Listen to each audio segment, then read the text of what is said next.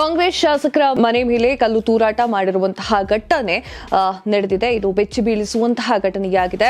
ಚಿಕ್ಕಬಳ್ಳಾಪುರದಲ್ಲಿರುವಂತಹ ಪ್ರದೀಪ್ ಈಶ್ವರ್ ಅವರ ಮನೆಗೆ ಕಿಡಿಗೇಡಿಗಳು ಕಲ್ಲು ತೂರಾಟವನ್ನ ಮಾಡಿದ್ದಾರೆ. ಈ ಘಟನೆಗೆ ಸಂಬಂಧಿಸಿದಂತೆ ಹಲವಾರು ವಿಚಾರಗಳು ಹೊರಗೆ ಬರ್ತಾ ಇದೆ, ಅನುಮಾನಗಳಿಗೆ ಎಡೆ ಮಾಡಿಕೊಡ್ತಾ ಇದೆ. ಪ್ರದೀಪ್ ಈಶ್ವರ್ ಅವರು ರಾಜೀನಾಮೆಯನ್ನ ಕೊಡ್ತೀನಿ, ಡಾಕ್ಟರ್ ಕೆ ಸುಧಾಕರ್ ಅವರು ಏನಾದರೂ ಗೆದ್ರೆ ಅಂತ ಒಂದಿಷ್ಟು ಮಾತುಗಳನ್ನ ಆಡಿದ್ರು.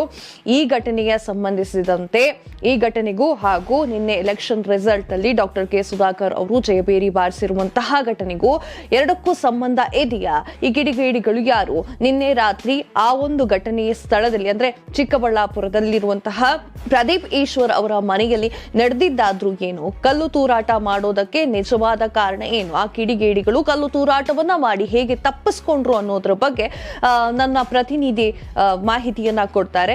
ಜೋಯಲ್ ಅವರೇ, ನಿಜಕ್ಕೂ ಏನ್ ನಡೆದಿತ್ತು ಚಿಕ್ಕಬಳ್ಳಾಪುರದಲ್ಲಿ? ಏನ್ ನಡೆದಿತ್ತು ಚಿಕ್ಕಬಳ್ಳಾಪುರದಲ್ಲಿರುವಂತಹ ಪ್ರದೀಪ್ ಈಶ್ವರ್ ಮನೆಯ ಮೇಲೆ? ಯಾವ ಕಿಡಿಗೇಡಿಗಳು ಯಾವ ಒಂದು ಉದ್ದೇಶವನ್ನ ಇಟ್ಟುಕೊಂಡು ಕಲ್ಲು ತೂರಾಟವನ್ನ ಮಾಡಿದ್ರು? ಒಂದಿಷ್ಟು ಡೀಟೇಲ್ಸ್ ಅನ್ನ ಕೊಡಬಹುದಾ? ಎಸ್ ಕಾವ್ಯ, ಏನು ಲೋಕಸಭಾ ಚುನಾವಣೆ 2024ರ ಫಲಿತಾಂಶದ ಬೆನ್ನಲ್ಲೇ ಶಾಸಕರಾಗಿರುವಂತಹ ಚಿಕ್ಕಬಳ್ಳಾಪುರ ವಿಧಾನಸಭಾ ಕ್ಷೇತ್ರದ ಶಾಸಕರಾಗಿರುವಂತಹ ಪ್ರದೀಪ್ ಈಶ್ವರ್ ಅವರ ಮನೆ ಮೇಲೆ ದಾಳಿ ನಡೆದಿದೆ. ಈ ಒಂದು ದಾಳಿ ನಿನ್ನೆ ರಾತ್ರಿ ಸರಿಸುಮಾರು 10:15ರಿಂದ 10:30 ಆಸುಪಾಸಿನಲ್ಲಿ ನಡೆದಿರುವಂಥದ್ದು. ನಿನ್ನೆ ಈ ಒಂದು ದಾಳಿಯಲ್ಲಿ 4 ಜನ ಹುಡುಗರ ತಂಡ ಭಾಗವಹಿಸಿರುತ್ತೆ. CCTV ಕ್ಯಾಮ್ರಾದ ಅಂದ್ರೆ ಗೃಹ ಕಚೇರಿಯ CCTV ಕ್ಯಾಮ್ರಾದ ಸೆನ್ಸಾರ್ ಆನ್ ಆಗ್ತಿದ್ದಂತೆ ಆ ಹುಡುಗರು ಅಲ್ಲಿಂದ ಪರಾರಿಯಾಗಿರುವಂತಹ ಘಟನೆ ನಡೆದಿದೆ. ಈ ಒಂದು ಘಟನೆಗೆ ಇನ್ನೂ ಕೂಡ ಸೂಕ್ತವಾದಂತಹ ಮಾಹಿತಿ ತಿಳಿದು ಬಂದಿಲ್ಲ. ಈಗಾಗಲೇ ಘಟನಾ ಸ್ಥಳಕ್ಕೆ ಮುಖ್ಯ ಪೊಲೀಸ್ ಉಪಾಧೀಕ್ಷಕರಾಗಿರುವಂತಹ ಎಸ್ ಶಿವಕುಮಾರ್ ಅವರು ಹಾಗೇನೆ ಇನ್ಸ್ಪೆಕ್ಟರ್ ಮಂಜುನಾಥ್ ಅವರು ಭೇಟಿ ನೀಡಿದ್ದು ಈಗಾಗಲೇ CCTV ಕ್ಯಾಮ್ರಾದ ಫುಟೇಜ್ಗಳನ್ನು ಕಲೆಕ್ಟ್ ಮಾಡಿರುವಂಥದ್ದು. ಹಾಗೇನೆ ಸಿಬ್ಬಂದಿಗಳನ್ನು ಅಂದರೆ ಪ್ರದೀಪ್ ಈಶ್ವರ್ ಅವರ ಮನೆಯ ಸಿಬ್ಬಂದಿಗಳನ್ನು ಹಾಗೇನೆ ಕೆಲಸದವರನ್ನ ತನಿಖೆಗೆ ಒಂದು ವಿಚಾರಣೆಗೆ ಒಳಪಡಿಸಲಾಗಿದ್ದು ಅವರಿಂದ ಮಾಹಿತಿಯನ್ನ ಕಲೆ ಹಾಕುವಂತ ಪ್ರಯತ್ನ ಮಾಡಿದ್ದಾರೆ.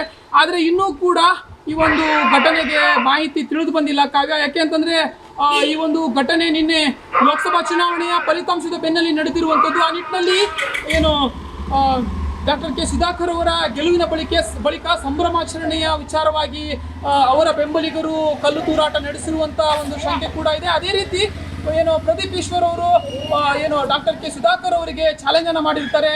ನಾನು ಇಲ್ಲಿಂದ ನನ್ನ ಚಿಕ್ಕಬಳ್ಳಾಪುರ ವಿಧಾನಸಭಾ ಕ್ಷೇತ್ರದಿಂದ ಒಂದೇ ಒಂದು ಮತವನ್ನ ಏನಾದರೂ ಡಾಕ್ಟರ್ ಕೆ ಸುಧಾಕರ್ ಅವರು ಲೀಡ್ ಆಗಿ ಪಡೆದ್ರೆ ನಾನು ರಾಜಕೀಯವಾಗಿ ರಾಜೀನಾಮೆಯನ್ನು ನೀಡುತ್ತೇನೆ ಅನ್ನುವಂಥ ಮಾತನಾಡಿದ್ರು. ಆ ನಿಟ್ಟಿನಲ್ಲಿ ಪ್ರದೀಪ್ ಈಶ್ವರ್ ಅವರ ಮೇಲೆ ಸಾಕಷ್ಟು ಆಕ್ರೋಶ ವ್ಯಕ್ತವಾಗಿತ್ತು. ಏನಂತಂದ್ರೆ ಈಗಾಗಲೇ ಇನ್ನೊಂದು ವಿಚಾರ, ಮೋಸ್ಟ್ ಇಂಟ್ರೆಸ್ಟಿಂಗ್ ವಿಚಾರ ಅಂತಂದ್ರೆ ರಕ್ಷಾರಾಮಯ್ಯ, ಕಾಂಗ್ರೆಸ್ನ ಅಭ್ಯರ್ಥಿ, ಲೋಕಸಭಾ ಕ್ಷೇತ್ರದ ಅಭ್ಯರ್ಥಿಯಾಗಿರುವಂತಹ ರಕ್ಷಾರಾಮಯ್ಯ ಅವರು ಡಾಕ್ಟರ್ ಕೆ ಸುಧಾಕರ್ ಅವರ ವಿರುದ್ಧವಾಗಿ 1,60,000ಕ್ಕೂ ಅಧಿಕ ಮತಗಳಿಂದ ಸೋಲನ್ನು ಅನುಭವಿಸ್ತಾರೆ. ಈ ನಿಟ್ಟಿನಲ್ಲಿ ಈ ಒಂದು ಘಟನೆ ಕಾಂಗ್ರೆಸ್ನ ಬೆಂಬಲಿಗರು ಕೂಡ ಮಾಡಿರುವಂತ ನಿರೀಕ್ಷೆ ಇದೆ.